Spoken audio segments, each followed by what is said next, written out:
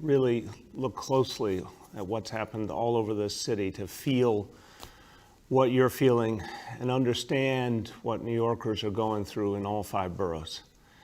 And it's been tough for all of us, but I have to also tell you, for me, it's been an honor and a privilege to see the strength and the resiliency that all of you have shown in this crisis, to look into your lives and see what's so good about this city. And as New Yorkers, we are legendary for being tough, and we're legendary for being self-reliant. No matter what else is happening around us, New Yorkers make things happen. We always find a way. This crisis has brought that out so deeply.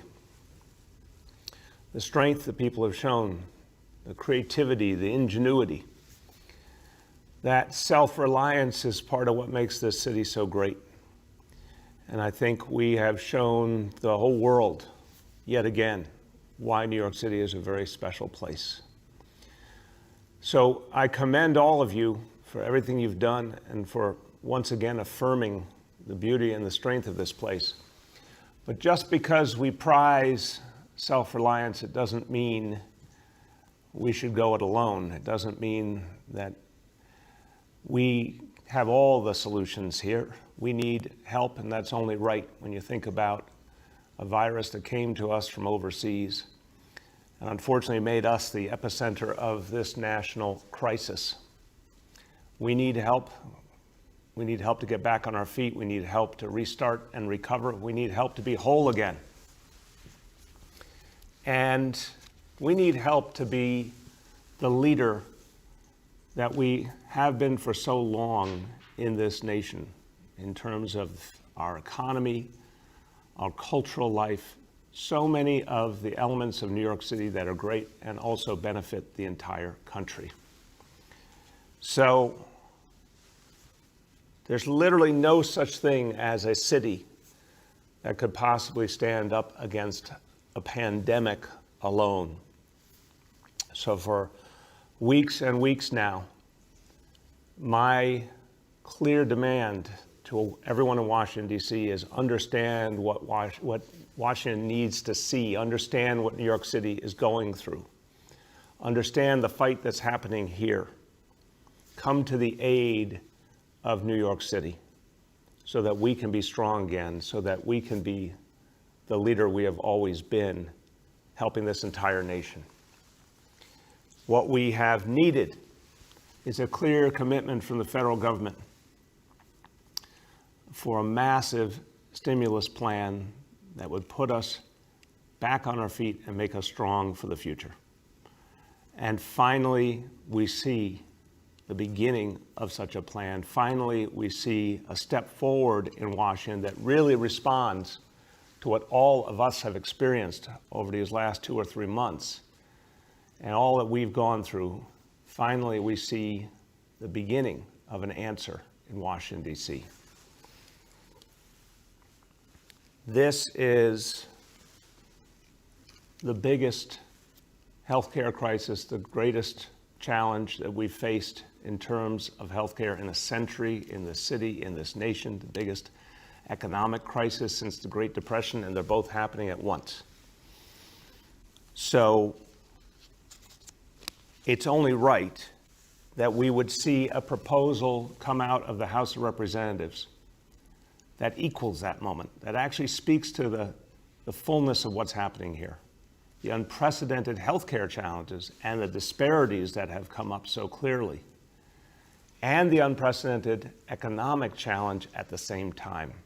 And it's scary to think about, but even compared to the Great Depression, and I always say, I remember so clearly the stories of the Great Depression from my older relatives and how vivid they were and how much pain they went through and how much I related as I heard their stories to what it must have been like to see your world turned upside down. Well, even compared to the Great Depression, some of what we're seeing now is even worse, where the hit that people have taken was even quicker, even deeper. The number of people unemployed, staggering. in this city and this nation. It's happened so quickly, even faster than it did in the Great Depression. So it is right that the Congress and the President act at a level that actually fits this absolutely unprecedented moment in American history. They call it Stimulus 4, and what we have seen now proposed by the House of Representatives actually lives up to the moment. I want to thank Speaker Nancy Pelosi for her extraordinary leadership. We've had a series of conversations over the last few weeks, and she has been resolute and clear in understanding not just what New York City needed, but what cities and states all over the country needed to truly get back on our feet. I want to thank leaders of the House of Representatives from New York, including the Appropriations Chair, Congressmember Nita Lowey, and one of the top members of the Democratic leadership in the House, Congressmember Hakeem Jeffries. Both of them played an absolutely crucial role in bringing this proposal forward, as did all the members of the New York City House delegation who fought hard for us. So let's talk about this proposal coming out of the House of Representatives, because it really will be the game changer we need. First of all, in terms of the impact on New York City, and this is over 2 years, and it really defines clearly what we need to be strong again. $17 billion in aid directly to New York City over 2 years. $34 billion in direct aid to the state of New York. Now, I think everyone knows this, but I want to put a point on it. The city, we've already taken a massive hit in every way, the human toll first and foremost, and what families have gone through, the pain, the suffering, and it's continuing right now. The economic impact, the number of people who don't have a livelihood, the number of people who don't know where their next meal's coming from, that's what matters most, the human reality that we're facing. But on top of that, the city government that's here to serve all of you, to make your lives better, to take care of you, we've taken a huge financial hit, and it only gets worse all the time. So to stabilize this city government, to make sure that we can pay the bills and keep our public servants at the front line doing the great work they do, and build for a future when our economy actually comes back strong, we need to think about the year, this year, the next year. We have to think several years ahead. And this plan, by providing $17 billion, actually gives us the ability to move forward. But then there's the state piece. Because remember, the city depends on the state for so much support in many, many areas. Education's a great example, but there's many others where state funding, directly state funding that comes via the state but from the federal government, we need that state funding to be consistent, to be able to do everything that people expect us to do every single day in this city. The state's been going through a horrible economic crisis too. The state's been taking a huge hit on its budget. If the state of New York isn't whole, then the city of New York can't be whole. So that $34 billion for the state of New York, a huge step to making the state whole so that we can be protected as well, so that everyone gets served. The overall package, $500 billion in aid to states, $375 billion in direct aid to localities. This is exactly the kind of assistance that we need to get able to move forward again. Now, there are also specialized elements of funding of this, and it's so important. For the entire country, $10 billion increase in food stamps, the SNAP program, and we see already how many people are going hungry because of this economic crisis. I want to remind you, our estimate was before COVID-19, 1 million or more New Yorkers were food insecure. That means they were hungry some part of the year. Now we think that number is 2 million or more, so it's doubled in the course of 10 weeks. That's the magnitude of this crisis. That direct food aid from the federal government through the SNAP benefits is crucial, and more will be available to New Yorkers because of this new national allotment. Housing. I've said that we have 4 pillars of everything we're doing right now: protecting your health, protecting your safety, making sure you have a roof over your head, and food on the table. Housing continues to be a struggle always for New Yorkers, affordable housing, and that becomes even more true in the midst of a financial crisis, an economic crisis. This legislation would add $4 billion nationally for the Section 8 program, Section 8 vouchers that help people afford housing, one of the most successful affordable housing programs. $4 billion nationally, that would unquestionably help New York as a piece of that. And then transit. We all know the city depends on public transit. We all know the MTA's taken a huge hit. All transit's taken a huge hit. This plan would have almost $16 billion in national grants for mass transit. Again, this is something where we expect New York City and New York State to benefit very specifically and help us come back in the area of transit that we depend on. So that's some of the big picture impact. Again, all of it actually responding to the magnitude of the problem. But also let's talk about our heroes. Let's talk about those who have served us so well, the healthcare heroes, the first responders, the essential workers who have sustained us during this crisis. The bill includes federal benefits for first responders, for those we've lost in the line of duty related to COVID-19. We, of course, want to make sure that every public servant lost in the line of duty is covered, and not just first responders, but we're very, very appreciative that this action would take us a big step in the right direction, starting with our first responders. And then the Heroes Fund. This is a crucial piece of this package to recognize those who have given so much on the front line, who work through this crisis no matter what. Listen to this, because this is, again, something that actually speaks to the moment in a meaningful way. $200 billion nationally to establish hazard pay for essential workers and their survivors. This is something that people who are working right now, who have fought through this crisis, they deserve, and it's coming from the place that can actually manage to do it on a vast scale, the federal government. So I have been, for months now, saying this is the kind of help we need. And again, Speaker Pelosi heard, she listened, and she heard what New York City was going through. And she heard what other cities and states were going through. And she, with Chair Lowy and with Congressmember Jeffries and all the congressional delegation, crafted a stimulus plan that actually spoke to our reality. They worked from a vision originally created by New York's own Senator Chuck Schumer that we saw in a previous stimulus package, and they built it out in terms of aid to cities and states in such a powerful way.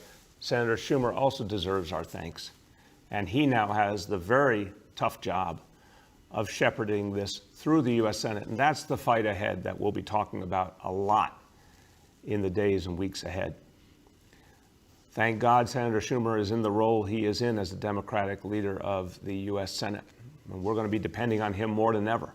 We need this vision that's come out of the House to get through the Senate. We know it'll be a fight, but we also know that cities and states all over the country, and it doesn't matter if you're a red state or a blue state, if you're a small state or a big state, if you're in the heartland, if you're on the coast, everyone's going through this.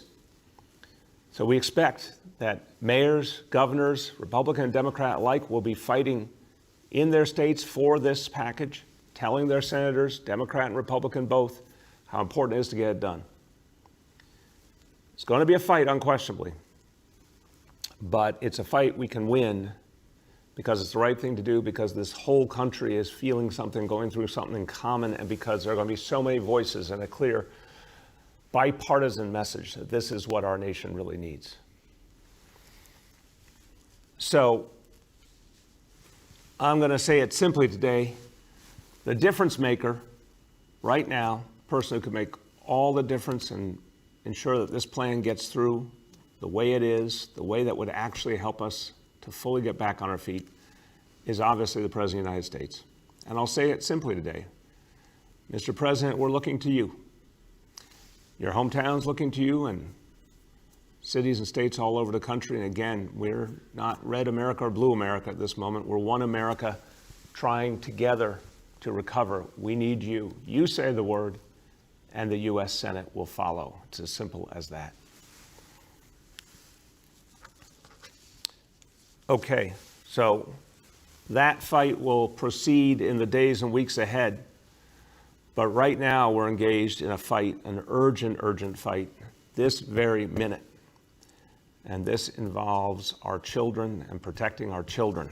And we all remember that the whole trajectory of this horrible disease that we've faced, coronavirus, when it first hit here, we saw the horrible toll it took on the oldest New Yorkers. The horrible toll it took on people with pre-existing conditions. But for a long time, thank God, we saw very little impact on our children. Now we see something different that we did not see in the beginning, and the entire medical community is coming together to answer this challenge, and we take it very, very seriously. And I want everyone to take it seriously. I'm going to keep saying to parents and family members, I need you to be vigilant to protect your children, all our children, because your vigilance will make all the difference in this crisis. Pediatric multi-system inflammatory syndrome. Again, pediatric multi-system inflammatory syndrome, PMIS. We're going to keep updating you on it as we get more information. So first, a number of children affected in New York City. We now have 82 confirmed cases. This number has gone up consistently in recent days, from a point where we had literally no acknowledgement of this problem because healthcare professionals weren't seeing it even just a few weeks ago, to now 82 confirmed cases. 53 of these cases have either tested positive for COVID-19 or had COVID-19 antibodies. Now, a few days ago, we lost a child. It's the first time we saw a child die from this horrible syndrome. And we all have to work together, hoping and praying that there will not be another child lost and that we can save every child going forward. But again, that vigilance is crucial. It's crucial in the whole healthcare system, which is why our health commissioner issued an alert to all healthcare providers to immediately both look for these symptoms in children and act on them, but also report any and all activity to the health department so we could understand better how to fight back this problem. But again, it comes down to all of us, because the sooner anybody identifies in a child in their life this problem, the sooner they get to healthcare, the more chance that a child can be saved. I'm going to keep saying it. Early detection matters here. We know this in healthcare. We know there are certain challenges and diseases where early detection can lead to full resolution. We need early detection in this case because we know it can make a huge, huge difference. Now, our healthcare professionals are learning about this syndrome as quickly as they can, and there's still unanswered questions. There's things we don't know. We don't know what makes kids specifically susceptible, why some kids and not others. It's still, even though it's a striking number, it's a small number compared to the number of kids in the city or even the number of kids who have been exposed to COVID. Why are some kids susceptible? How long does it take for this syndrome to manifest in a child? What's the time frame so that we know what we're dealing with, how much time we have to save a child? What is the likelihood of a child developing it going forward as we learn more about it? Again, that's what we don't know. What we do know is early detection, early treatment makes all the difference. So to aid in that effort, we're launching a citywide effort to inform parents, to alert parents. We need public awareness to grow rapidly. This is something, remember, it parallels the reality of COVID-19, the coronavirus. We had never heard of it. It didn't exist to human beings 6 or 7 months ago. and then it suddenly was something happening far away, and then one day it was happening here, and everyone had to learn about it, and we still don't have all the answers. Well, here is PMIS, something that was not evident in the beginning of this crisis, now is. We have to rapidly inform families all over the city. So a digital advertising campaign will begin today, and then over the next week or two, you'll see a growing effort to inform people, to let them know what to look out for, to let them know how to act. TV and radio ads, ads in community and ethnic newspapers, bus shelters, newsstands, you name it, you're going to see these all over New York City. We need everyone to spread the word. And again, we're going to keep talking about what to look out for. A parent, a family member, a professional works with children, this is what you need to look for. Persistent fever, rash, abdominal pain, vomiting. Those problems, even one of them could suggest this syndrome, but in combination, they especially are worrisome. So when you see these problems, reach out to a healthcare professional immediately. And anyone, again, who does not have their own doctor can call 311, get connected to a Health and Hospitals clinician, and get to care that you need. The bottom line is we are going to do everything to protect our children. Whatever it takes, we're going to protect the children of New York City.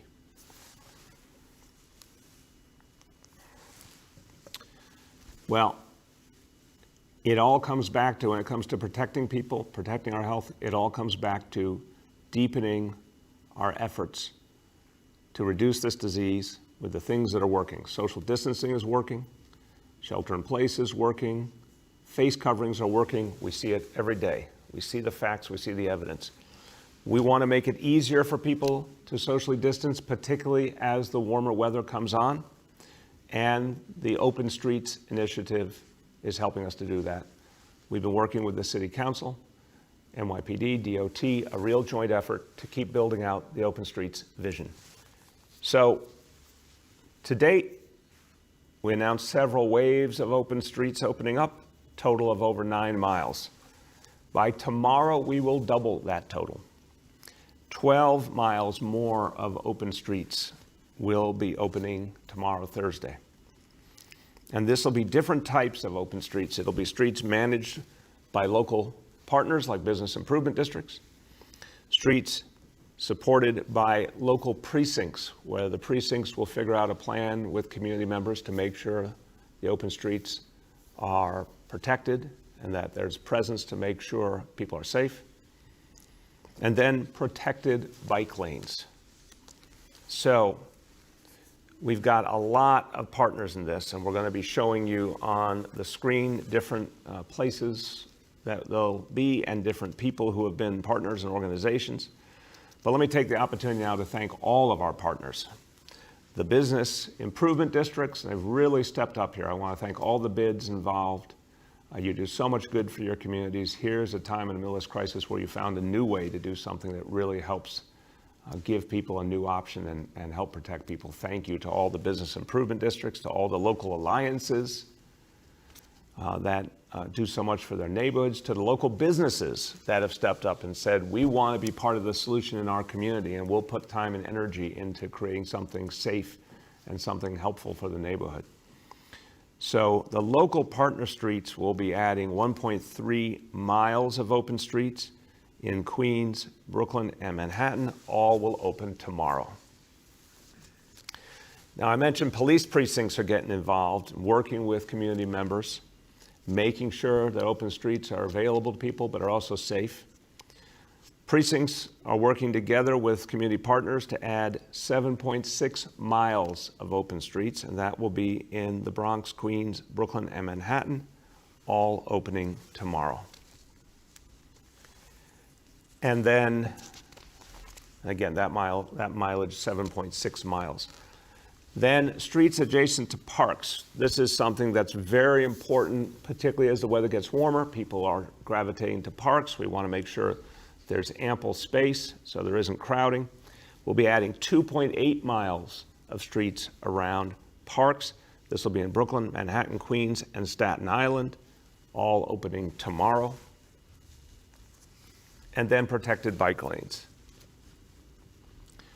This is important. Obviously, many New Yorkers are choosing to use bicycles to get around more than ever as part of their everyday life. Many are using bicycles, of course, for exercise at this moment where people are looking for the right way to get exercise and the safe way to get exercise. We're adding 9.2 miles of protected bike lanes in Brooklyn, Queens, and Manhattan. The timing will be starting tomorrow, the bike lane on Broadway in Manhattan. The rest will be phased in the remaining days of this month. And that's what we're announcing today. More will be added as we go along. Okay, now, when we gather every morning, we talk about so many things that are specific responses to the coronavirus, specific changes we're making, specific ways we're adapting. And again, all of you have done an amazing job of constantly adapting. That's another great New York City characteristic, that adaptability. But we gotta remember at the same time, so much of life does go on as it did before, and so much needs to go on. And so I bring you to something that is a joyful topic and one that I feel a special love for, and that's what we do for our youngest children to help them on their way, to help build up who they are, to bring out their potential, to give them self-esteem and hope. And all these things come together in the world of pre-K. That image on your screen, I think, captures it all. The way that our youngest kids go into a classroom and blossom. And it's part of what works in this city, and it's part of what we want to celebrate, because we know our kids have been through so much these last few months. I can't wait for the day when school resumes and our kids can go back into all their classrooms. And I have particular joy when you go into a pre-K classroom and you see those 4-year-olds full of life, full of hope. Well, that day is coming again soon. So the good news is that pre-K offers have been sent out to families of kids who will go into pre-K starting in September. We are preparing for the launch of the new school year. We're preparing to make it the strongest and best school year we've ever had in the history of this city. And it begins with our youngest kids in early childhood education. So, the update for you, 61,790 students offered pre-K seats. And very good news, we have a record number of families that received an offer that was their top choice. 77% of families got their top choice in these pre-K admissions. And then another record, 90% received an offer from one of their top 3 choices. So the pre-K program has been getting better and better each year. I want to thank everyone who's a part of the pre-K initiative. It's a labor of love for everyone involved. But this is a great example of progress, getting more and more families their top choice or one of their top choices. Now, that's good news. One thing that's not as good news, it's not surprising though, is the number of applications were lower this year than in recent years. And that is not shocking given that there's been an overlap with the exact timing of this horrible crisis with the coronavirus that has thrown off the normal admissions process. So I want to remind all parents, all family members, it is not too late to apply. In fact, you still can apply for pre-K for your child. So if your child was born in 2016, all you have to do is go online, myschools.nyc, or call 311, and you can put an application in right away. There are still seats available. Every child, I guarantee it, every child benefits from pre-K. So if you haven't applied yet, please do for your child. Okay, a few more things.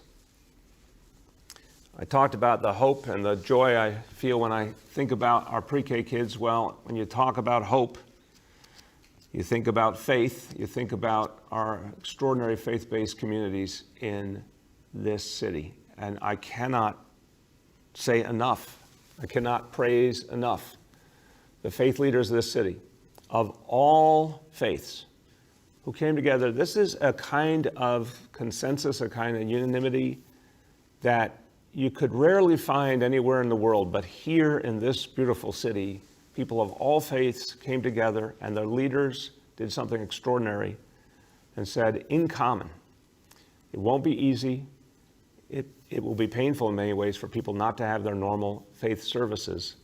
It was particularly painful around the holidays, the major moments each year that have occurred in so many faiths just in the time of the coronavirus.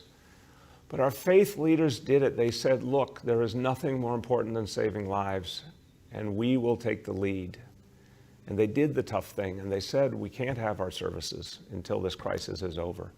And what they did was heroic, and what they did changed the history of the city for the better, because their leadership helped us to move into this time of shelter in place and social distancing so effectively, so well. I had the real honor last night of calling together faith leaders of every tradition as part of our advisory council from faith communities, hearing their concerns, hearing their ideas, hearing their commitment to this city.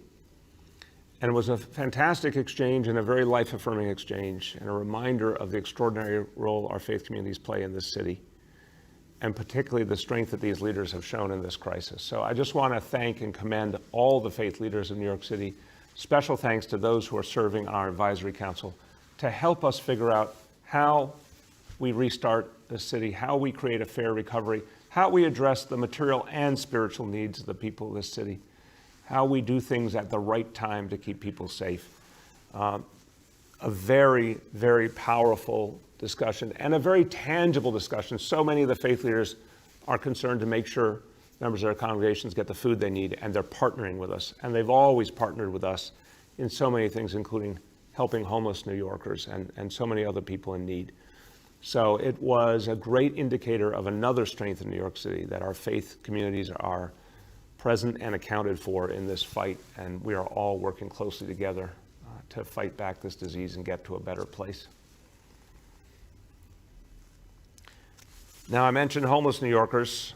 I want to keep updating you on the efforts to reach homeless New Yorkers related to this new plan to clean the subways each night and amplify the opportunities for our homeless outreach workers to reach homeless people and get them to safety and get them to a better life.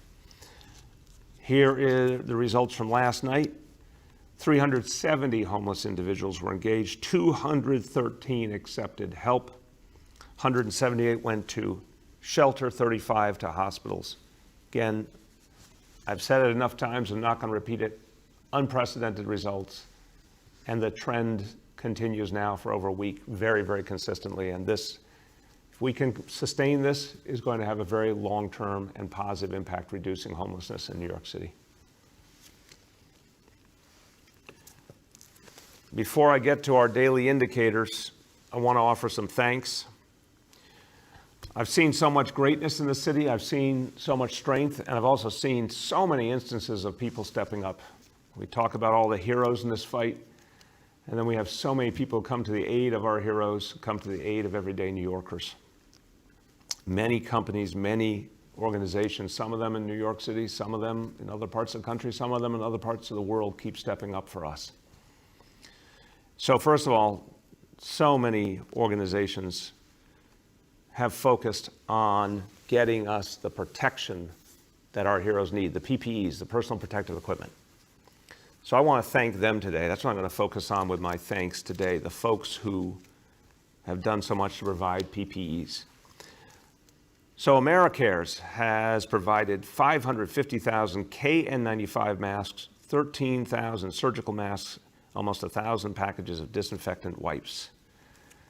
The China General Chamber of Commerce has provided 100,000 surgical masks. Ford and Troy Design Manufacturer has provided 30,000 non-surgical face shields. a great New York City institution, Century 21. Century 21 stores are providing 20,000 square feet of PPE storage space and help with delivery of PPEs to the residents of public housing. A special thank you to our own Century 21. Anheuser-Busch, well, when I first saw this, it said Anheuser-Busch and it said bottles. So I was wondering where we were going with this, but it's actually not beer, it's hand sanitizer. 23,000 bottles of hand sanitizer donated by Anheuser-Busch. Thank you very much. The Urban Assembly Maker Academy has provided 24,000 non-surgical masks. Tivuna, a construction company in Brooklyn, has provided 14,000 coveralls to protect our healthcare heroes. The American Chinese United Care Alliance has provided 20,000 disposable masks, 3,000 pairs of gloves, and 500 N95 masks. Finally, Public Health Solutions has provided $14,000 to help us acquire PPEs. All of these organizations, businesses, institutions doing something so great to protect people in New York City, particularly to protect those who serve all of us and protect all of us. Now for the daily indicators. Well, we got a mixed bag today. Again, I want to see us get to consistent progress, and this is another reminder we still have a ways to go. So, indicator 1, daily number of people admitted to hospitals for suspected COVID-19, that is up from 51 to 78. Now again, 78 is a hell of a lot better number than where we were just a few weeks ago, but we need to see that number go down and stay down. Daily number of people in ICUs in our public hospitals for suspected COVID-19. That is up. It's up by a small amount, 550 to 561, but still up. And again, that base number is higher than we want it to be. That means actual people fighting for their lives in ICUs. So again, an area where we have to keep doing better. The good news today is the percentage of people who tested positive for COVID-19 citywide. That is down from 14% to 13%. So again, sea change from where we were a few weeks ago. That's the good news today. Overall trends continue good. Today's results, not what we're looking for. Let's double down on the things that are working so we can have more of the good days and start to string them together and move towards the first steps in our restart. To conclude, a few words in Spanish. Los neoyorquinos dependen de sí mismos, pero es por eso que sabemos que hay cosas que no se pueden hacer solos. Si vamos a volver en grande, la ciudad de Nueva York necesita ayuda federal directa. Esta es la oportunidad del gobierno federal para ayudar a la ciudad grande y más afectada de la nación a salir de esta crisis. With that, we will turn to our colleagues in the media, and please let me know the name and the outlet of each journalist. Hi, all. Just a reminder that we have Police Commissioner Shea, Health Commissioner Barbeau, Social Services Commissioner Banks, Transportation Commissioner Trottenberg, and Senior Advisor Varma on the phone. With that, I will start with Rich Lamb from WCBS News Radio. Hi there, Mr. Mayor. Can you hear me? Yeah, Rich, how you doing? I'm doing okay now. I'm just wondering now, I have not been on these calls, but I'm wondering whether you and your senior staff are being tested regularly for COVID. I know that the White House has come in for some criticism. They're saying they're daily testing down there. If you are being tested, how frequently is it and what does it consist of? Thank you very much for the question, Rich. No, I haven't been tested this whole time, and we, certainly from the perspective of City Hall, there's not a regular testing program. We do our best to, take the precautions that we talk about with everyone. And, there's not a regular testing protocol. There is devotion to trying to be careful. We have a skeleton staff here, obviously. City Hall is usually, well, Rich, a place that buzzes with activity. And it's really quiet nowadays comparatively. There's a core group of people here doing a whole lot of hard work and working closely with our colleagues and agencies all over the city. But no, there has not been a need for testing on any greater level. Next, we have Julia from the Post. Hey, good morning, everyone. Two questions. One for Commissioner Shea. The department has not held its own press conference for the media with you and your executive staff since before the start of the pandemic on March 5th. I'm wondering, why hasn't the department made itself available for questions about crime and other topics, especially considering the recent rash of videos, disparities in social distancing enforcement? And, you know, reporters can come on this call who cover the NYPD, but they often don't get their questions in. And then another crime-related question. More than 100 inmates cut loose from incarceration on Rikers over the coronavirus concerns in late March have had run-ins with the law since being released. Looking for a reaction to that and any concerns from the mayor or the commissioner. I'll start, Julia. Thank you for the questions. On the first point, I think it's fair to say that business as usual has not been the way we're doing things since this crisis escalated. And so our focus has been on addressing the issues related to the coronavirus, and this has been the main venue, and obviously we're doing this the vast majority of days of the week. Over time, we're certainly going to be reestablishing some of our previous habits. So one thing we did every month was to go over crime statistics, and we'll certainly reestablish that at the first available opportunity. But we know that overwhelmingly we've seen the challenge we face, of course, being first and foremost the coronavirus. Second, we know that in so many ways crime has gone down directly related to the coronavirus. But the commissioner will speak to it, but I want to affirm that things like those monthly press conferences will certainly resume at the appropriate time. And many other things we used to do will resume, but right now we've been doing everything through this crisis mode.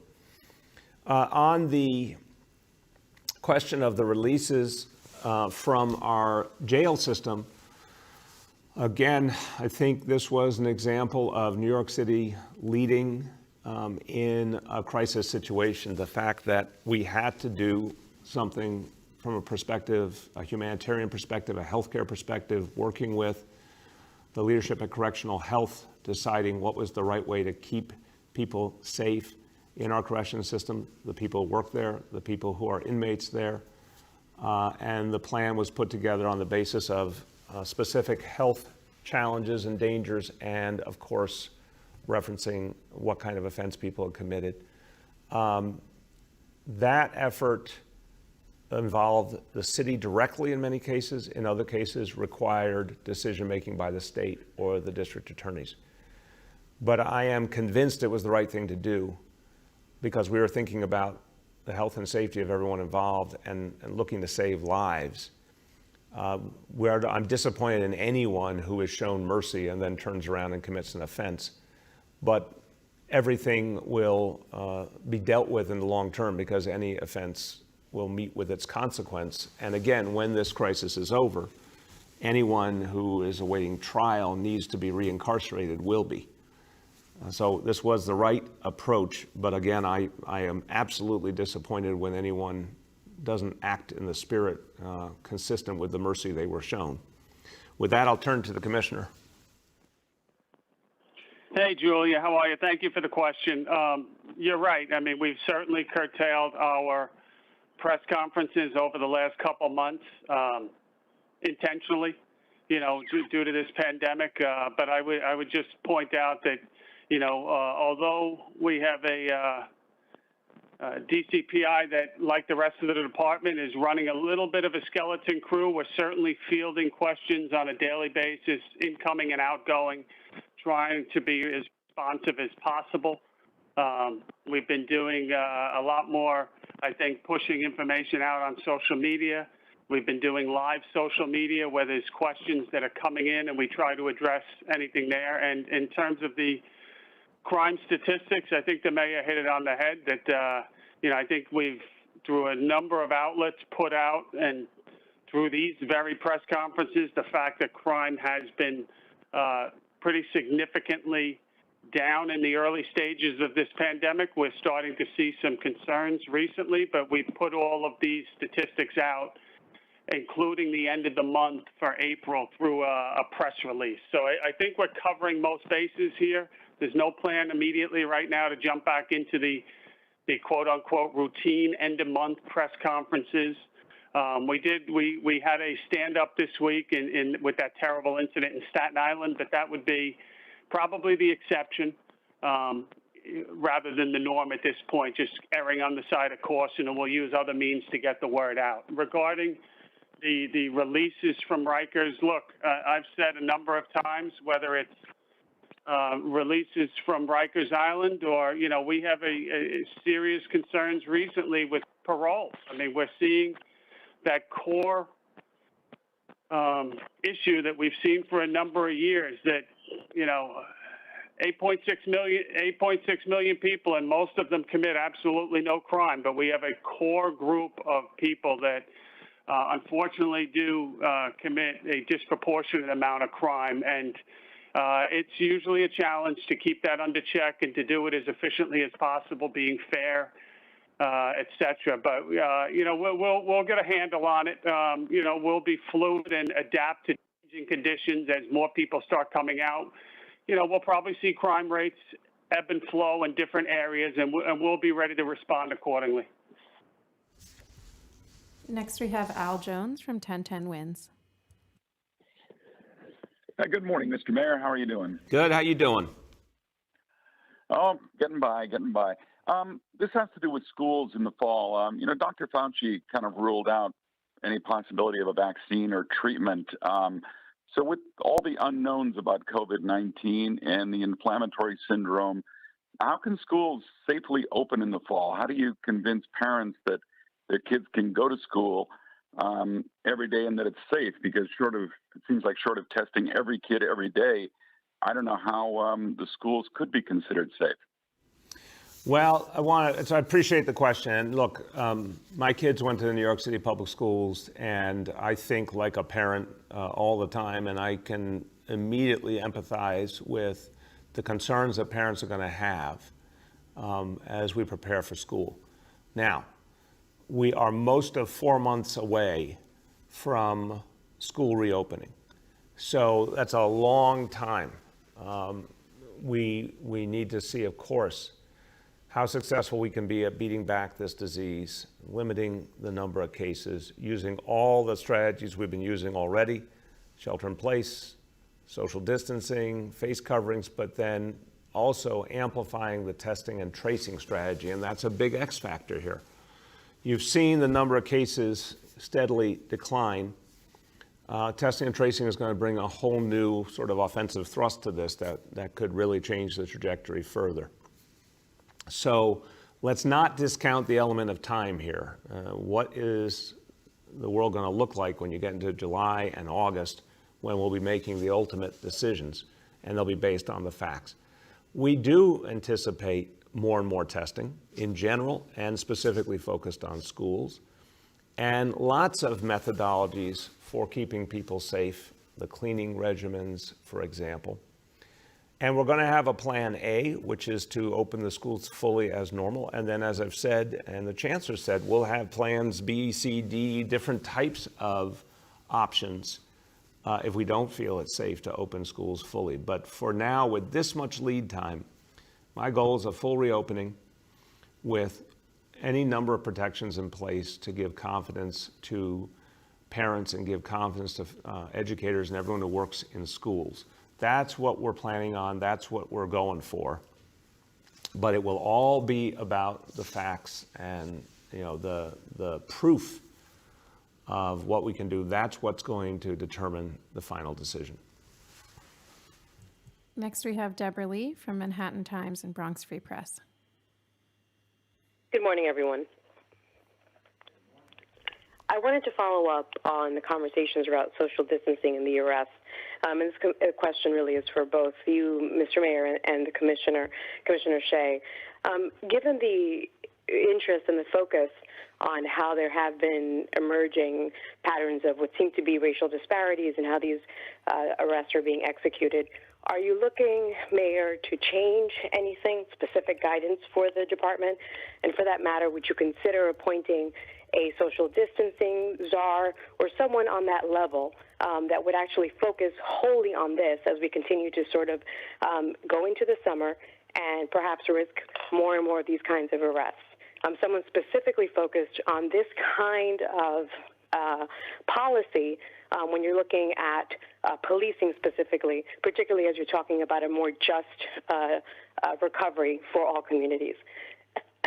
Secondly, and related, you haven't spoken about former Commissioner James O'Neill in some time. I know that he was plugged into the pipeline for supplies and for materials that were coming directly into the response, the medical response.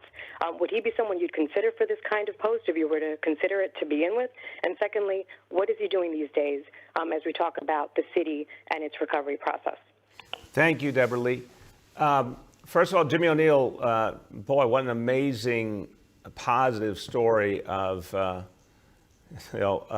just when we needed help, he showed up at just the right time. And remember, in his day job working for Visa, he was based on the West Coast. And when the crisis hit, he relocated back here and then stepped forward to volunteer. And he and the team he put together, working with our colleagues at Emergency Management, did a fantastic job improving the distribution of PPEs and supplies and equipment and making sure they were distributed more effectively and consistently. That work has continued, but I really want to say at the crucial moment, the moment of greatest danger, that Jimmy O'Neill and his colleagues did something outstanding to help this city, and it made a big difference. It made a big difference to protecting our healthcare heroes and then their ability to save lives of other people. So job well done already. That work still needs to be completed because we're not entirely out of the woods by any measure. We still need to strengthen our PPE supply and have the ability to project it forward into the future. And obviously we've talked about we're building a strategic reserve. We are always vigilant for any possible boomerang of this disease. So there's still work to be done on that front. Meanwhile, as I said, Jimmy has a day job and he has to attend to that soon, consistently as well. So what we're going to be doing long term in terms of his role, we'll have more to say on the coming days. But right now, that's the focus. And again, more of his energy has to go back to his day job as that company is starting to resume more of its activity. On your first question, and then I'll bring in the commissioner. Look, again, we need to recognize that getting social distancing right, ensuring there are not large gatherings and gatherings where people don't observe social distancing, this is crucial to protecting people's health and saving lives. So all the other considerations that have been raised are obviously tremendously important, but I keep coming back to job one is to save lives. And having the NYPD there as part of that plan, as part of the enforcement when needed, is crucial, and that's not going to change. Now, that said, the NYPD has really very rarely had to enforce. When you really look at the facts, again, on summonses, fewer than 10 a day for the whole city. So I'm sorry, people keep raising the question. I keep saying you've got to look at it in perspective. If it's fewer than 10 a day for the whole city during this crisis, that is light touch to say the least. But it's very important that people understand if they don't observe these rules that summons is something we will use when needed, because there has to be consequences here. Again, arrest, as you look at more and more of the details, very, very rarely utilized, and typically for other extenuating reasons. The commissioner can speak to that. So the restraint has been there, and it will continue to be there. As we go forward, I mean, we have not honestly thought about the notion of a social distancing czar. It's an interesting idea. I would only argue as we think about it that let's not undercount what New Yorkers have done, Deborah Lee, that, you know, without generally needing a lot of enforcement, they really have done an outstanding job of following these rules. I know people think it will get harder in the warmer months. I think that's fair. But I also think the impulse here, people want to do the right thing. They want to protect themselves and their family. They want to get back to normal. They don't want to contribute to the spread of this disease. I think people are pretty locked on now about why this matters and why they need to stick with it. So that's an interesting suggestion. We'll certainly consider that. But right now, I think the goal is more and more education, more and more presence out in communities. Our ambassadors, and that group is growing to over 2,000. Civilian employees will be out there talking to people, educating them, giving them face coverings. We're going to engage. I talked to the faith leaders last night about this. More and more faith communities going out in their own communities, educating people, giving out the face coverings. You're going to see much more of that grassroots piece come into play. But PD will always be there to back it up. Commissioner. Yeah, thank you, Mr. Mayor. And thank you, Deborah Lee, for the question, because it gives me a chance to address this narrative that I've been hearing for the last week or two. And I think it's very important that I do address it as the police commissioner. You know, there's been a lot of talk recently about disparities, about racist policing, quite frankly.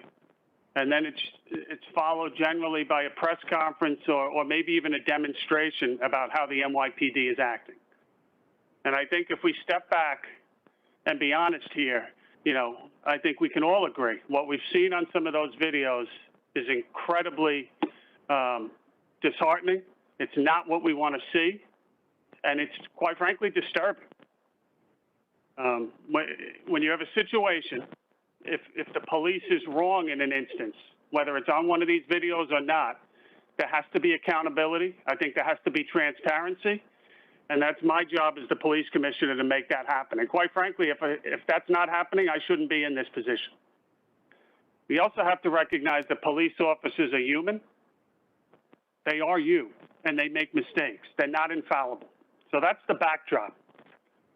But I will push back strongly on any notion that this is business as usual for the NYPD or that this is quote unquote racist policing.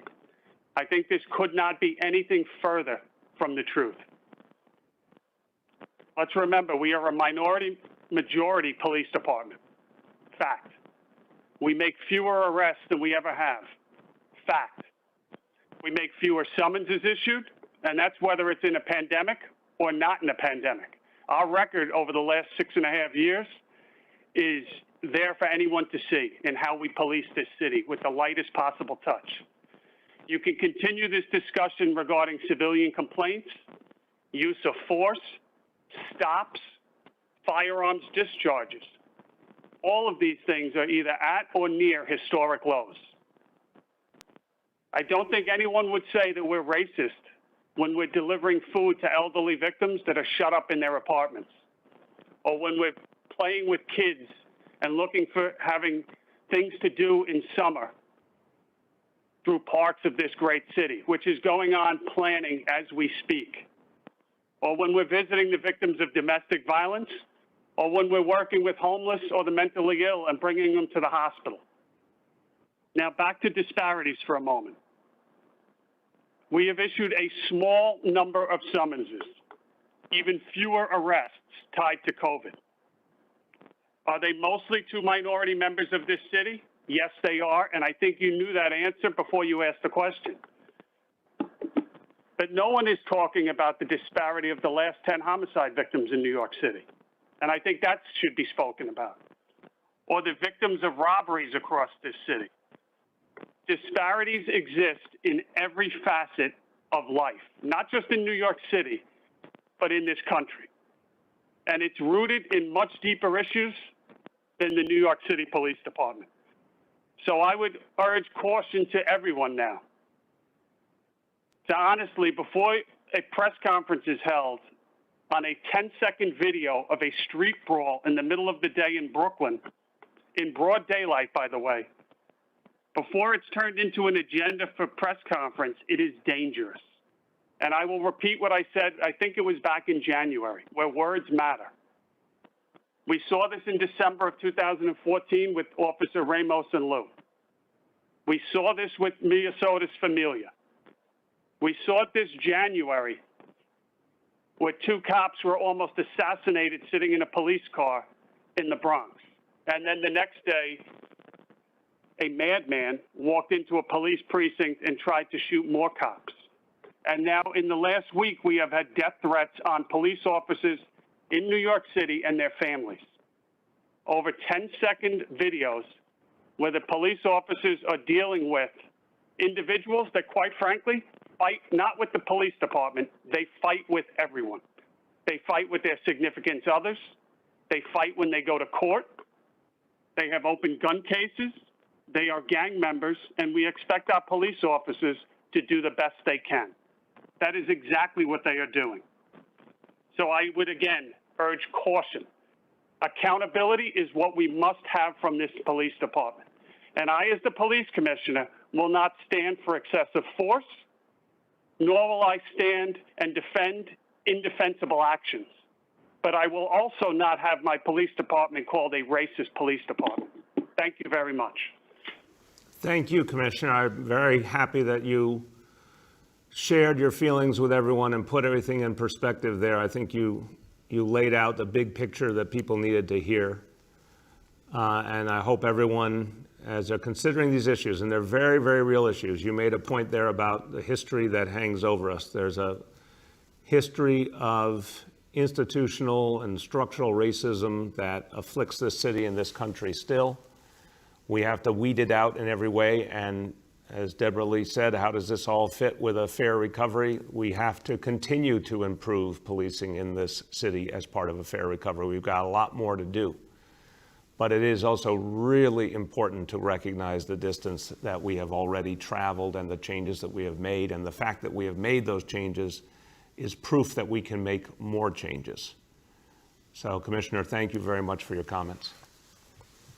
Next, we have Mark Morales from CNN. Hi, everybody. How you doing today? Good, Mark. How you doing? Good, good. So I had a question I was hoping that you and Commissioner Shea could respond to this. The first was regarding line of duty designation. I know that a lot of the members of the FDNY and NYPD have been asking in different scenarios about this designation. And I know that this ends up becoming a legislative issue up in Albany. And there's an assemblyman working on this right now. And there's possibly a councilman who's working on this right now.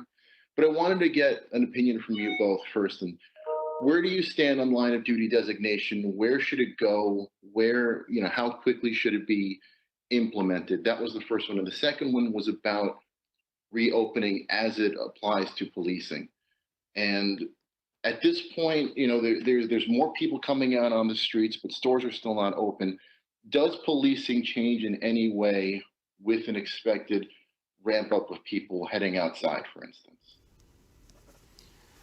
Okay, on the second part of your question, we'll turn to the commissioner, and I'll preface before that. But on this question on line of duty, look, we want to make sure that families are taken care of.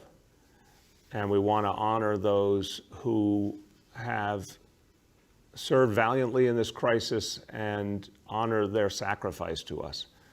The legislation that came out yesterday was a major step in the right direction, with the federal government potentially, and obviously we have to see this get through the Senate and be signed by the president, but the federal government stepping up in terms of line of duty benefits. In a different area, but very important, the Heroes Fund as well.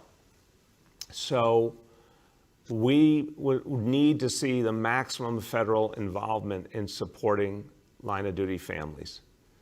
And we'll have more to say on this as we get a better sense of what is going to happen in Washington. But the goal is to make sure families are protected and are whole, and to make sure the federal government really steps up to its responsibilities. This is not business as usual. I just want to emphasize that, Mark. This is an international crisis. This is a pandemic that came to us from overseas. This is a federal situation, not day-to-day life in this city, we need the federal government to step up and honor these families and support these families with the resources that the federal government has.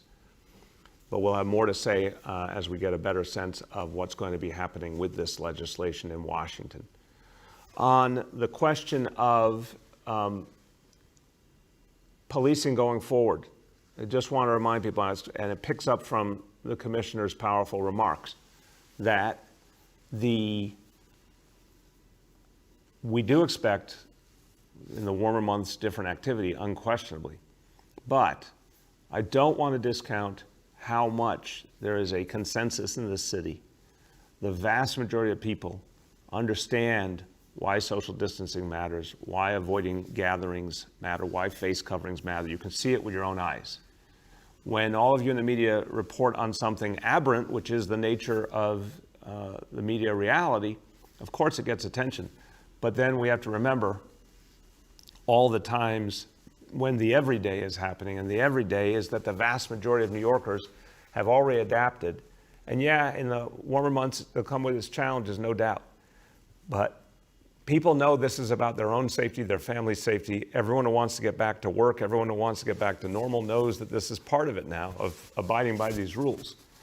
So I think you're going to see that as the main point. When people are convinced of something, it is more powerful than anything the government can say or do, or any form of policing, when people themselves are convinced of something. We always need enforcement as a fallback, but I do think the die is cast already in many ways. And we obviously have seen a reduction in crime, and that's very meaningful. But we will be ready for anything and everything going forward, but it all begins with continuing what has worked, which is the deep devotion to communication. The NYPD today, working with a neighborhood policing philosophy, is focused on communicating with communities and working with people. And notwithstanding some incidents that are very troubling, the vast majority, like we're talking about 99.9% of the interactions, are positive and the way we need them to be. And that's where we move forward with that devotion to communication and respect and working on a neighborhood level. Commissioner. Mr. Mayor, thanks for the question. We've lost 41 members of our family. We still have a number of people in the hospital, some that need your thoughts and prayers. That's a message to the public. I start every day, and I started this morning warning my executive staff and right down to the precinct commanders, to be resilient and continue to wear masks.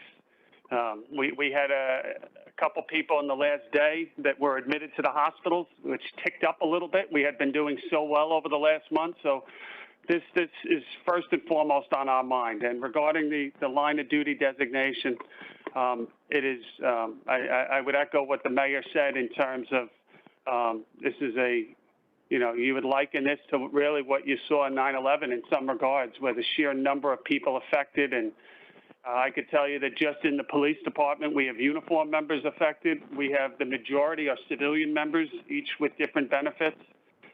We have unpaid employees, auxiliary members that have lost their life during this terrible time. So their family's future is at the top of what we are concerned about, and we're working, having discussions with the union. This is paramount on the union's minds, I can tell you, rightfully so. And I think it's an evolving situation, but nothing to us is really more important than making sure that the families of those that suffer during this crisis are taken care of.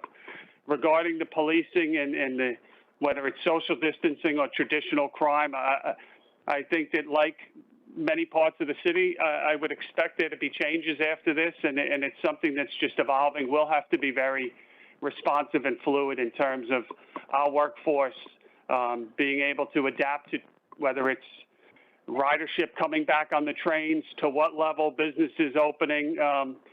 We'll be ready for it. I can tell you that the men and women of the police department will be ready. Thankfully, on our uniform side, we are very close to our normal levels, if you will. So that's some very positive news. And we are literally monitoring whether it's 311 calls, 911 calls, crime reports, day by day.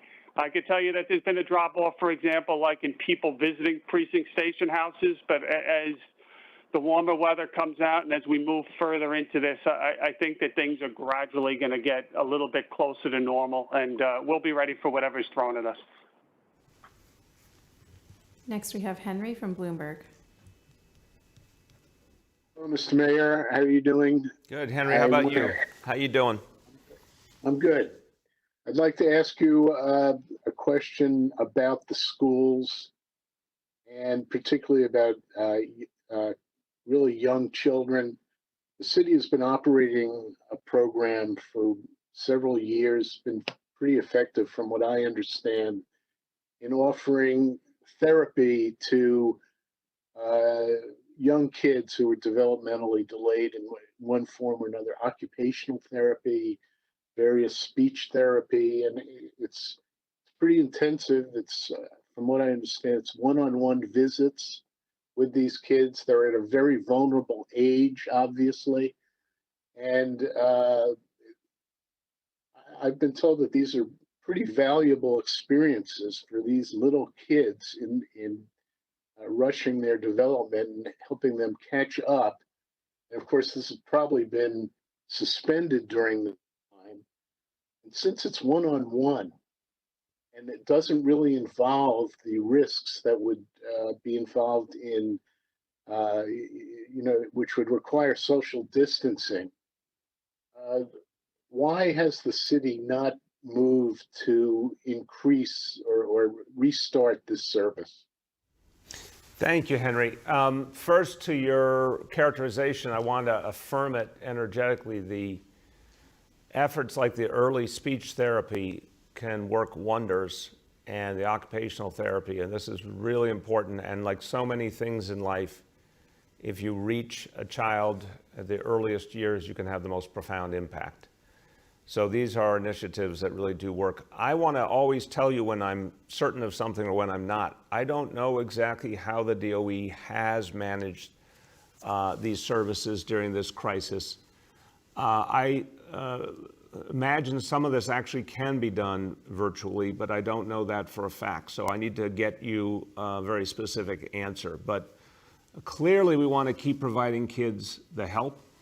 If it can be done virtually, one, let's confirm to you if it is being done and to what extent or what it would take to bring it back.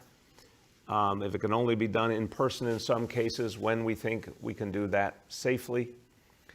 But there's no question about the value, and there's no question about our focus, and this conforms with everything we feel about early childhood education, which is why we did pre-K for all and why we're on the pathway to 3K for all, and all the mental health efforts that are being focused even as early as the pre-K level. Everything is about early support for children and the greatest impact that you can make if you get to kids earlier. So we will get you an answer on where it stands now and how we think it can evolve and how we're going to make sure that as many kids as possible are reached even in the middle of this. Next, we have Anna from the Daily News. Hi, Mr. Mayor. First, I have a practical question.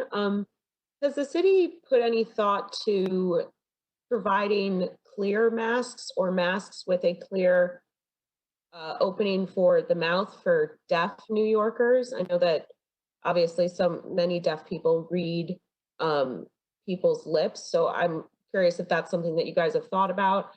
And I also wanted to see if you would address the fact that the New York City district attorneys aren't prosecuting most social distancing arrests, and maybe Commissioner Shea can also address that as well. Sure.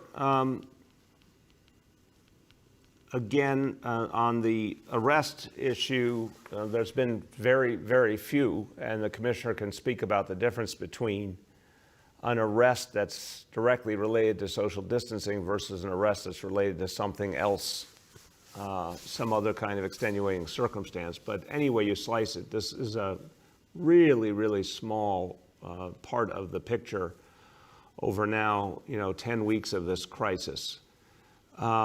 I'll turn to the commissioner in a moment on that. On the issue of the clear mask, it's a very interesting suggestion, Anna. I had not heard that previously. So I don't have a immediate answer for you. I think it makes sense that we have to be sensitive to deaf New Yorkers and support them in every way we can. But let me talk to our team and see what we think makes sense and how we can address it, and we'll come back to you with an answer on that. Commissioner Shea, you want to speak about the other piece? Yeah, regarding social distancing and arrests, I mean, I think I've been pretty clear on that. There really hasn't been a lot of arrests. Again, when we encounter groups, we ask them to disperse. We ask them to comply with, executive orders, and all over the city, we've gotten overwhelming compliance. That's a fact. Have there been some occurrences? Yeah, there have been some occurrences. Occasionally, we've had to write summonses. We've gone through these numbers. It's not a significant amount when you pull out about 10 incidents where there was a lot of summonses written. And then when you talk about arrests, you're really not talking about the same thing. It's arrests for other offenses. There might have been a few that started as social distancing, but it's really such small numbers. When you look at the district attorneys and what they have to deal with, I do feel for them. 5 of them throughout New York City, and including, our partners at Special Narcotics Part, they've had to turn their lives upside down during this, dealing with processes upended. I think they're doing the best they can in circumstances. Do I agree every time? No. Do they agree with, everything we do? No, but we have a great working relationship. If I was concerned about anything during this, it would be that small number of career criminals that are committing more serious crime like burglaries and things of that nature. And, and why I'm concerned about it is because it's additional victims. I mean, that's what it always comes down to with me, and trying to prevent people from being further victimized. But I think all in all, it's a tough situation. When you look at grand juries, when you look at court proceedings, when you look at what the whole city has had to deal with. And I think, we'll probably learn a lot from this and be better prepared next time, but I think everyone is doing the best they can. Next, we have Gersh from Streets Blog. Mr. Mayor, how are you doing? Good, Gersh. How you doing?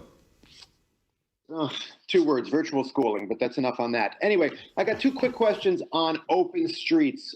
First is the 9.2 miles of protected bike lanes. Are those, because of budget cuts, the full list of what we're going to see the DOT be able to accomplish this year? And on the second question, the restaurant industry is calling for far more open streets so they can serve the public in a socially responsible manner once the pause is over. I know there's a city task force on this, but do you personally see a time when hundreds of miles of NYC streets could be taken away from drivers and for storing cars for socially distant dining? So on the bike lane issue, I'll turn to Commissioner Trottenberg in a moment. Again, everything's evolving, Gersh, to say the least. I think this will be the understatement of the year. Everything's evolving. Our budget situation is evolving. Obviously horrid right now, could be deeply positively affected by the stimulus, but we don't know what level the stimulus is going to reach, when it's going to happen. So huge number of question marks. We know the House proposal is exactly the right direction, but we don't know what happens next. So the budget side of the equation is a question mark. The health side of the equation is a question mark. Steady progress, but still a long way to go before we know what more we're going to be able to do when. So the commissioner can tell you the vision as of this moment, but I will preface by saying that there's a huge amount of unknowns here. On the open streets, look, I'm certainly intrigued, and I've begun to have this conversation with folks in the restaurant industry, intrigued at what we could do with more outdoor dining. We're not there yet in terms of figuring out what that means, how far we could go with it, when we could do it. But it is an appealing idea. It's an idea that may offer some real options. But I'm always going to be cautious in saying, I don't want to theorize and raise hopes unduly. I want us to really lock down step by step what we're going to be able to do to restart, when, how it affects each industry. But at least I can say it's a really interesting idea because it stands to reason that if we could move more of that activity outdoors, it would be safer for everyone involved. Give us time to figure out, if we think that's workable and to what scale. Commissioner Trottenberg, you want to add on the bike lanes? Right. I mean, I look, I'm excited with the 9 miles you've announced today, Mr. Mayor, particularly 4th Ave in Brooklyn and 38th and 39th, another crosstown route in Manhattan. We would like to do more lane miles this year. We'll have to see working through that. And one of the requirements we have to work through, we have a council requirement. These bike lanes are temporary because we have to give the council a 90-day notice period before we can make any bike infrastructure permanent. Thank you. Next, we have Ashley from the New York Times. Good morning, everyone. I wanted to ask two, one for my colleague Jan Ransom, and one based on the NYPD data and the commissioner's remarks on this call. First, for the mayor or whomever can answer the question, how many people who went to the hospital while in DOC custody have died from COVID-19 within hours or days of their release from custody? We've become aware of 2 cases that are not included in the Rikers COVID death total, but we're wondering if there are more and if you're tracking that. And then the second question, first, a bit of context. I think part of the frustration with using the police to enforce social distancing is that it's a non-starter because that distrust that you put neighborhood policing in place to fix didn't suddenly disappear in the pandemic. And that same distrust is also an impediment to solving the shootings and murders that the commissioner mentioned earlier. And that's part of why the city has brought on the Cure Violence groups. So I'm wondering if the police commissioner can tell us how many shootings and murders this year have been solved with an arrest, and how the NYPD is tracking social distancing encounters and determining which summonses and arrests to include or exclude from your totals. Okay, let me start and then I'll pass to the Commissioner. Thank you for the questions, Ashley. On Department of Correction, which I want to make sure, I believe I heard DOC, since I want to make sure we're not mishearing here. DOC, Department of Corrections, right? Okay. That we're going to have to get back to you. We've tried to be very transparent about everything that's happened. Obviously, the strategic decision was to do a substantial number of releases. That number now is about 1,600. And as you know, the jail population is now down below 4,000 for the first time since the 1940s. So that was a humanitarian decision and a strategic decision to protect the lives of everyone in the correction system, the employees and the inmates alike. And I think that will prove to have been the right thing to do on so many levels. But in terms of anyone who passed away in DOC custody, we want to be absolutely transparent about that wherever that happened. And so we'll make sure to get you information today. If there's any outstanding questions, we'll resolve it. On the question of the police department social distancing, before turning to the commissioner, I appreciate the frame of your question, because clearly the entire vision of this administration has been to fundamentally change the relationship between police and community and fundamentally change policing. And Chief Monahan said it the day he was sworn in his role as chief of department, that we've been inventing an entirely different type of policing here in New York City. And it's in its infancy. There's going to be much more development in the years ahead. And a lot of when we talk about fair recovery, we have to keep changing and improving policing. What has started now is only a beginning. But I don't want to lose the fact, I think this is really important. This may be almost an ideological issue where there's going to be differences and we should just surface them and be honest about them. When you say, and I know you say it with a whole heart, when you say non-starter, I just couldn't disagree with that more, because it is not as if the question of improving the relationship between police and community is existing in a vacuum where there is no coronavirus. Of course, we want to keep deepening the relationship between police and community. We want to weed out injustice in every form. We want accountability. Everything we've been doing has been moving that agenda. But saving lives in an unprecedented context, in a global health crisis, there's nothing that compares in 100 years in this country. Saving lives is the first responsibility, and it's different than what you do in day-to-day policing in normal times. We have got to make social distancing work to save lives on a vast scale. And you can see it in the statistics. Because social distancing has been working and shelter in place has been working, a huge number of lives are being saved. So I just call out the quote unquote non-starter point because I just disagree with it.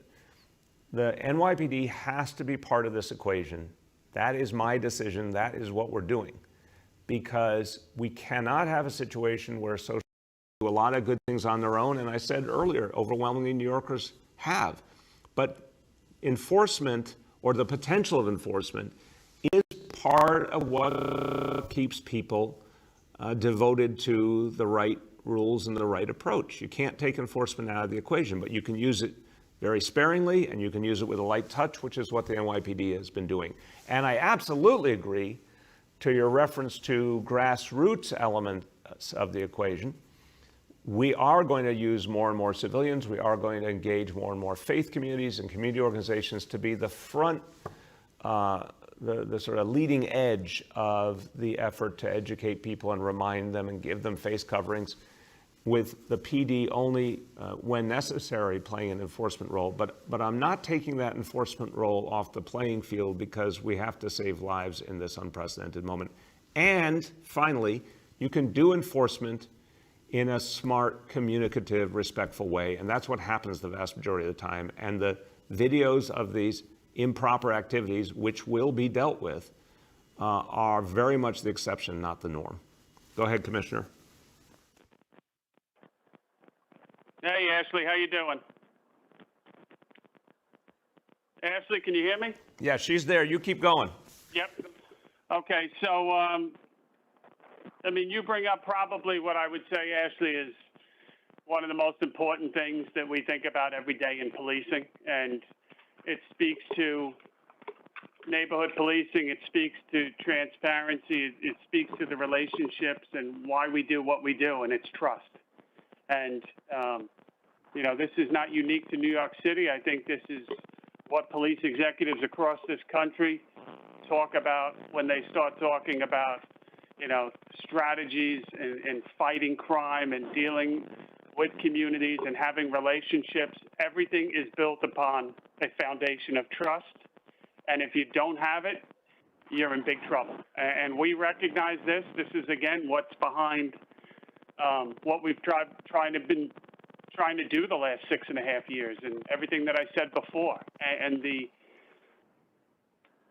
quandary that we're in law enforcement, and I think this is well recognized, that you know, it's like a bank. You make deposits and you build up trust, but you can lose it awfully quick. And I don't think that that's a bad thing. That's just a fact. It's a reality, and we're aware of it. And it's why we work so hard and do what we do in all the facets of planning with this police department every day. And, you know, as one or two bad incidents or public incidents can really set you back, and it's the last thing that we want.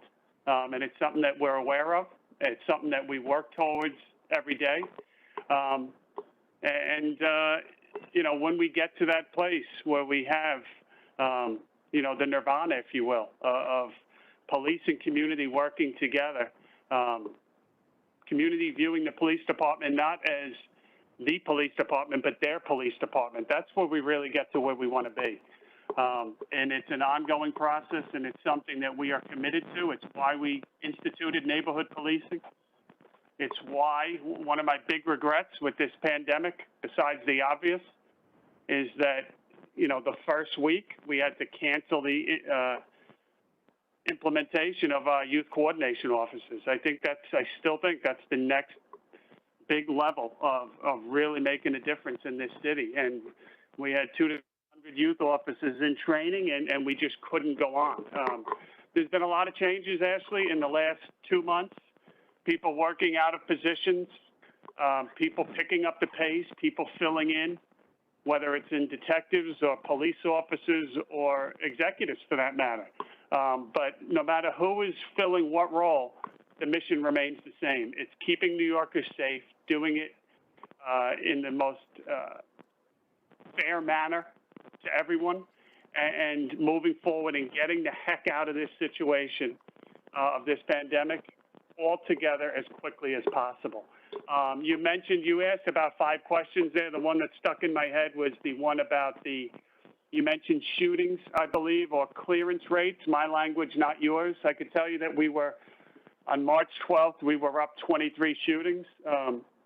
We really had a drop in shootings towards the beginning to the middle of this pandemic. It's unfortunately started to climb a little, as you do have ebbs and flows. So we're now up 29, I believe, as of this morning. So it's a slight increase from the beginning. It's way too high because we don't want any increase. We want a decrease. But that's where we are with the shootings. And, our detectives are doing amazing work. They continue to work the cases. And I have no doubt that as time goes on, they'll continue to do what they've been doing for the last 5 or 6 years, identifying who's doing it and continue to drive the shooting and violence level down. Last 2 for today. Next we have Yoav from the city. Hi, everyone. I wanted to ask about the new cases and particularly the new hospitalizations that are coming. Is the city doing any kind of analysis to understand whether there's a particular group of people who are comprising the majority of new cases and new hospitalizations, whether it's a particular group of workers or people in a particular living environment like a nursing home? So are you doing any of that work? And if so, what is it showing? And separately, I wanted to ask about the 3 public health milestones. Are those a guide to when the city might begin reopening, or are those absolute must-meet targets? And if they're the latter, what can we expect on the day when all 3 are met? Currently, in the description of them, it says once all of these indicators reach their milestones, the city will likely begin to lift restrictions gradually. So if you can give any sense of what that would look like exactly, that'd be helpful. Thank you, Yoav. I'll turn to, Commissioner Barbeau and Dr. Varma on your first part of your question in a moment in terms of what analysis and what we're seeing about who is continuing to get sick. But I'll start on the indicators. The indicators, I'm glad you asked because I thought, we had said this a bunch of times, but it's always good to clarify. We're taking them literally. We need to see them go down in unison. We need that to happen for 10 to 14 days. When we see that, that's when we're at a point to talk about relaxing restrictions. Obviously, there's also the state's indicators, and we're all working together because we want to see all of the above achieved. By definition, that's going to put us into June. Now, there's no guarantee that everything comes together in June. We got to keep doing what we're doing. Everyone's hard work. The shelter in place, the social distancing, the face coverings, all the work that's being done has to continue to be done to make sure we can keep driving down these numbers. And as I said, the test and trace initiative is going to help us even more. And that's coming online in the next days. So we take these indicators literally. And then when we get to the point we need to get to, we'll take all the information we have from our own indicators, the state, everything we're seeing in the healthcare data, and we'll make a decision about what relaxing of certain restrictions looks like. We'll certainly be talking about that in the coming days to give people a flavor of it, but the final decision will be based on the details of what we're seeing at that moment. And you can't rule out, unfortunately, that things don't start to go in the wrong direction, which means we would delay any relaxing in restrictions by definition. So take them literally, and let's keep fighting to get them to all go down in the same direction. On the question of what we're seeing amongst those who are getting sick lately, Dr. Barbeau, Dr. Varma, what do you say? So, Mr. Mayor, we look at the data on a regular basis, and what we're seeing recently isn't particularly different than what we have been seeing all along in terms of the distribution of cases. I think one of the bright spots is that the number of new cases continues to go down, and it's sort of a testament to the work that New Yorkers are doing every day to stay home, use face coverings, and adhere to the preventative guidance that we've been giving. But we're going to continue to look at the data on a regular basis and help to then ensure that we use that data to drive the further reduction of transmission as we go along. Dr. Varma, you want to add? Yeah, I would just also note that one of the important outcomes of the test and trace initiative that's been announced will be that we will also begin to have a much clearer understanding of who is getting infected and what the risk factors are. One of the real important outcomes of hiring up to 1,000 and possibly more people who can contact every case is that we're going to get much more finely tuned data. And so I think we are going to get a better understanding over time over where people are getting infected, and most importantly, how we can make sure to reduce those infections. Last question for today, Jake from Gothamist.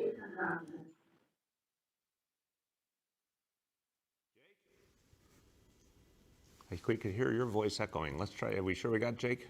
Jake, are you there? I'm here. Can you hear me? Go ahead, Jake.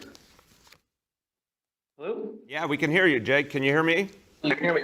Great. I can hear you now. Yep. So my question is for Commissioner Shea, who said a few minutes back that there has to be accountability and there has to be transparency. I'm wondering if Francisco Garcia, the officer who was seen beating a bystander and kneeling on his head, has been fired yet? If not, why not? And will the NYPD commit to sharing updates on all officers who are facing investigation for social distancing enforcement? My second question is, there are reports of an off-duty NYPD officer who may have fatally shot someone on Long Island. Spokesperson for Nassau County PD told us to ask the NYPD about that. Can you speak on that, either Mr. Mayor or Commissioner Shea? Yeah, I don't know about that case. Jake, let me have the commissioner speak to that and the case of Officer Garcia. Yep, so I'll start with the first question regarding Officer Garcia.